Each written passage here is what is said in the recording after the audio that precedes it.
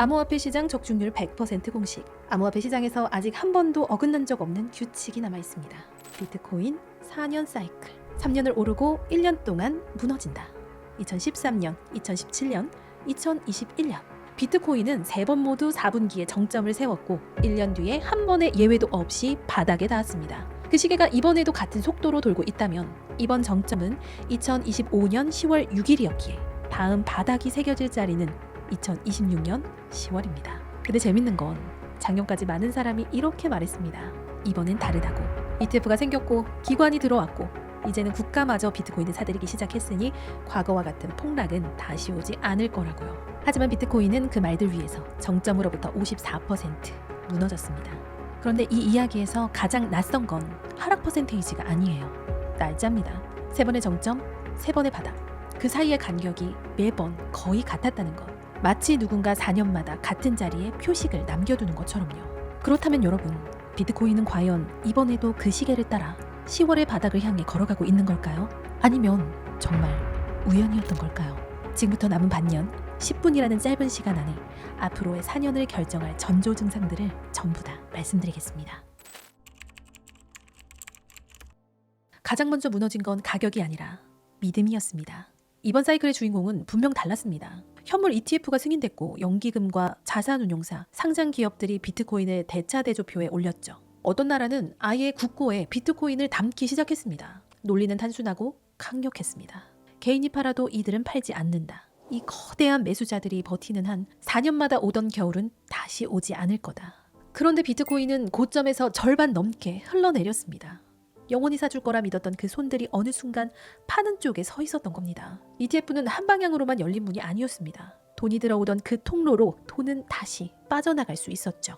근데 여기서 한 가지 질문이 남습니다. ETF를 팔았다는 그 시점이 왜 하필 2025년 10월부터였는지 설명되지 않습니다. 악재는 왜 늘 시계가 가리키는 바로 그 계절에 찾아오는 걸까요? 답을 찾으려면 지나온 3번의 겨울을 되짚어야 합니다. 2014년 마운트 곡스라는 세계 최대 거래소가 무너졌습니다. 수십만 개의 비트코인이 사라졌고 중국은 규제로 시장 문을 닫았죠. 시장을 지탱하던 신뢰가 바닥부터 갈라졌습니다. 2018년 ICO라는 이름으로 쏟아지던 수많은 코인들이 한꺼번에 꺼졌습니다. SEC는 규제에 칼을 들었고 연준은 돈줄을 쪼이기 시작했습니다. 비트코인 진영 안에서는 해시 전쟁까지 벌어졌죠. 2022년 연준이 유례없는 속도로 금리를 끌어올렸습니다. 루나라는 거대한 탑이 하루아침에 붕괴했고 FTX가 차례로 쓰러졌습니다. 3번의 겨울, 그 표면에 적힌 이름은 매번 달랐습니다. 거래소였다가 규제였다가 금리였다가 사람들은 그때마다 그 이름을 원인이라 불렀습니다. 그런데 이상하죠?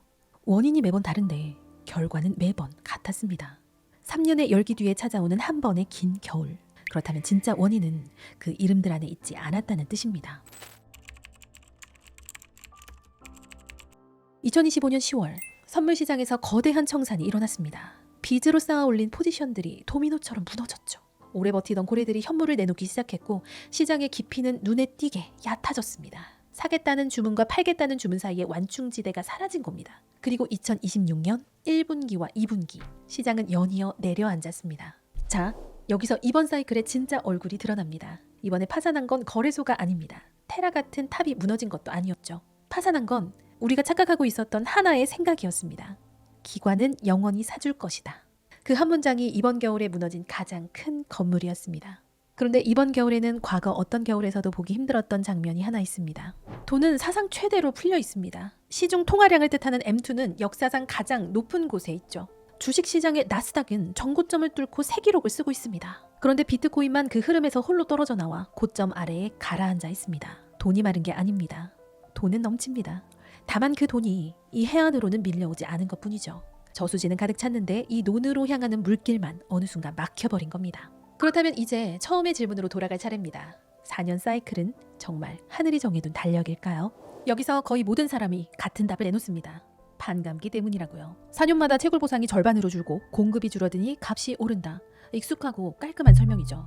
그런데 이 설명에는 치명적인 구멍이 하나 있습니다. 반감기가 실제로 시장에 미치는 힘은 사이클을 거듭할수록 오히려 줄어들어 왔다는 겁니다. 초기의 반감기는 하루에 새로 풀리는 물량을 크게 흔들었습니다. 하지만 지금 채굴로 새로 나오는 비트코인은 하루 거래량 앞에서 물 한 방울 수준으로 작아졌죠. 만약 반감기가 이 사이클의 진짜 엔진이었다면 그 힘이 이렇게 약해지는 동안 사이클도 함께 흐려졌어야 합니다.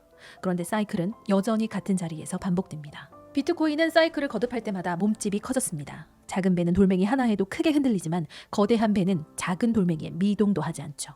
그래서 같은 크기의 새 돈이 들어와도 시장을 밀어올리는 폭은 사이클마다 줄어들 수밖에 없습니다. 실제로 상승의 배율은 계속 작아졌습니다. 초기엔 100배 가까이 올랐지만 그 다음 사이클엔 20배 남짓, 이번엔 그보다도 낮았죠. 여기에 ETF는 한 겹을 더 얹었습니다. 사고 파는 손이 넓어지고 시장이 매크로와 더 촘촘히 엮이면서 과거처럼 광기에 가까운 과열은 나오기 어려워진 겁니다. 상승이 완만했으니 쌓인 빚도 얕았습니다. 쌓인 빚이 얕았으니 그것이 무너질 때의 낙폭도 얕아진 거고요.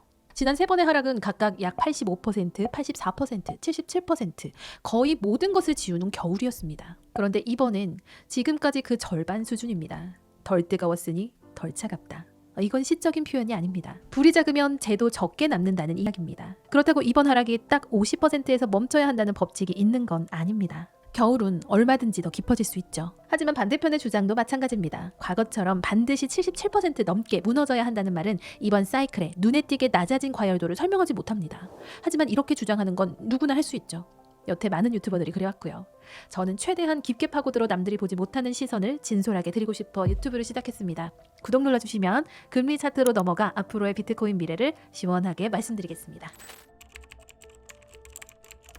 한쪽의 단정도 다른 쪽의 단정도 지금은 딛고 설 근거가 얇습니다.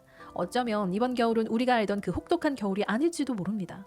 그런데 여기서 한 가지 사실이 조용히 어긋납니다. 과거의 비트코인은 사실 사이클만 따라 움직인 게 아니었습니다. 더 깊은 곳에서 비트코인의 맥박을 쥐고 있던 건 연준이었습니다.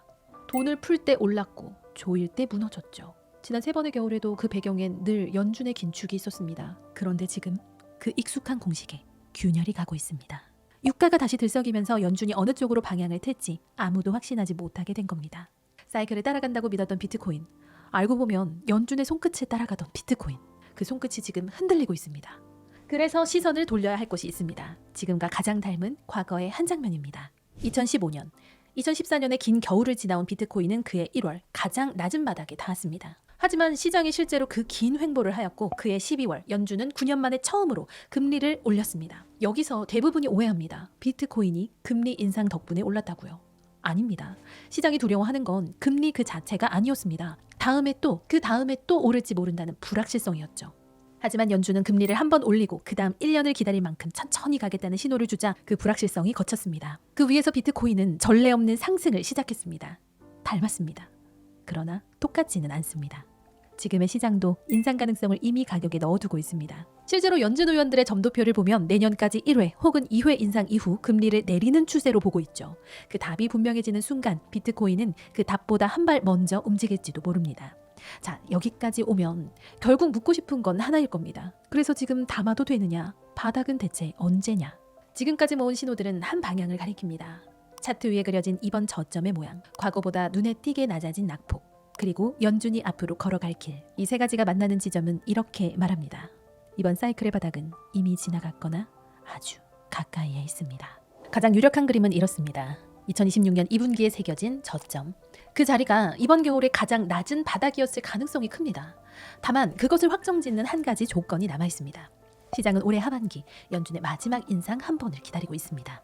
그 인상이 나오고 여기서 더 조이지는 않는다는 신호가 확인되는 순간 그게 지금의 저점이 진짜 바닥이었음을 증명하는 신호입니다. 흐름을 읽자면 이렇습니다. 바닥은 이미 우리 뒤에 있을 가능성이 큽니다. 그리고 그게 사실인지 아닌지는 올해 가을 연준의 손끝과 ETF의 물길이 함께 말해줄 겁니다. 4년의 시계는 여전히 돌고 있습니다. 다만 이번엔 그 바늘이 어디를 가리킬지 우리는 이미 어렴풋이 알고 있는지도 모릅니다. 이 채널에서는 앞으로 시간이 오래 걸리더라도 남들이 보지 못하는 시선을 영상 하나하나에 정성을 담아 시원하게 말씀드리고자 합니다. 다음에도 이렇게 차트와 매크로를 함께 전달드릴 예정이니 알림 설정까지 해두시면 시장 흐름을 읽는 데 큰 도움이 되실 것 같습니다. 감사합니다.